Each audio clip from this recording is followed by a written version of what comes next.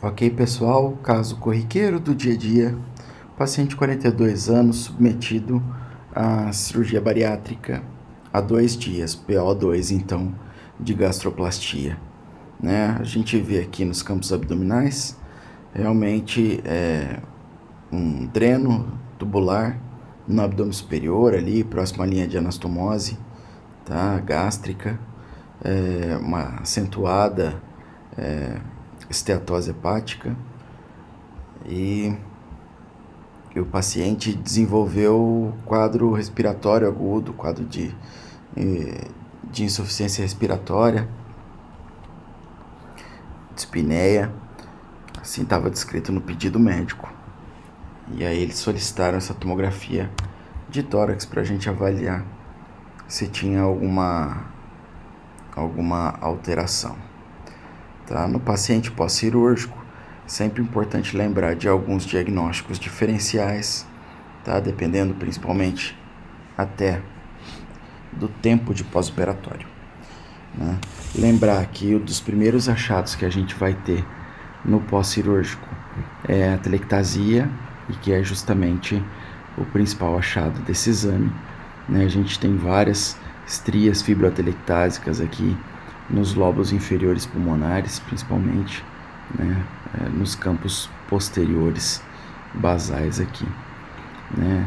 A princípio a gente pode até ficar na dúvida se isso é consolidação ou se isso é atelectasia, mas não se engane, numa história de cirurgia do abdômen superior, seja ela qual for, principalmente do abdômen superior, tá?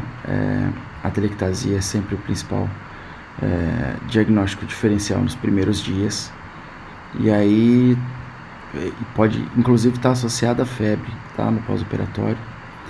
E a gente tem uma regrinha que quando o paciente faz o exame com contraste, fica muito mais fácil da gente diferenciar um quadro de atelectasia de uma consolidação pneumônica, tá?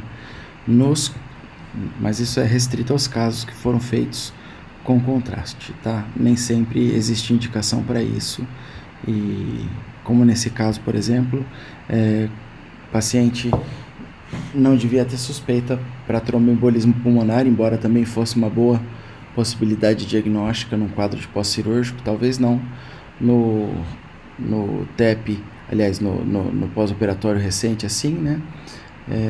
Mas em vista dos fatores de risco aí, o TEP também deve ser considerado, tá?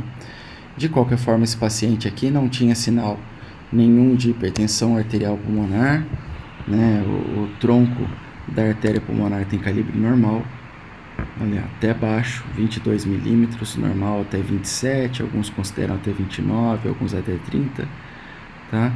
E 22 na esquerda, 20 na direita, o pessoal considera até 23 na direita, 22 na esquerda, então tá tudo aí normal, ok? Realmente a única coisa que chama atenção nesse exame, na parte do tórax, são essas atelectasias laminares nas bases, tá? A regra que eu tinha comentado a respeito da diferenciação da atelectasia para consolidação no exame com contraste é que se você tem uma área de consolidação e você de aumento de opacidade, vamos dizer assim, e você na fase com contraste mede a densidade dessa região e ela tiver maior que 90 UH, aí você deve considerar ela como uma área de atelectasia, tá? A consolidação ela não realça, então aqui seria uma consolidação em vez de uma atelectasia, só que aqui, óbvio, a gente está falando do exame sem contraste, tá? E essa situação que eu estou dizendo só no exame com contraste, na fase com contraste. Então, acima de 90 UH, atelectasia, abaixo, consolidação, tá? Então é isso. Lembrar então só dos principais diferenciais de alteração pulmonar pós-operatória. O principal deles e mais comum é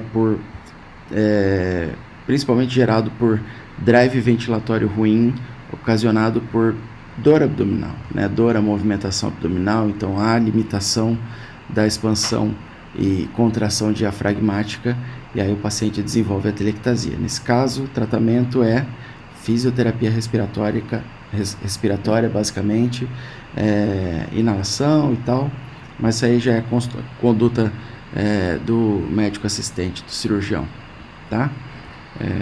Então, sem muitos pormenores nesse caso, só é interessante ressaltar porque às vezes esses casos geram dúvida no quesito, será que isso é uma atelectasia por um TEP? Será que isso é uma consolidação? Entendeu? Tudo isso tem que ser considerado. Nos casos de TEP aguda, a gente espera encontrar um tronco da artéria pulmonar aumentado, né? E se ele for um TEP maciço, provavelmente a gente vai ver alguma alteração aqui realmente já na fase sem contraste. Não é mandatório, mas você pode ver sim, tá? E recomendar, nos casos em que há suspeita de TEP, que seja realizada a angiotomografia, porque às vezes o médico assistente não tem esse insight, tá?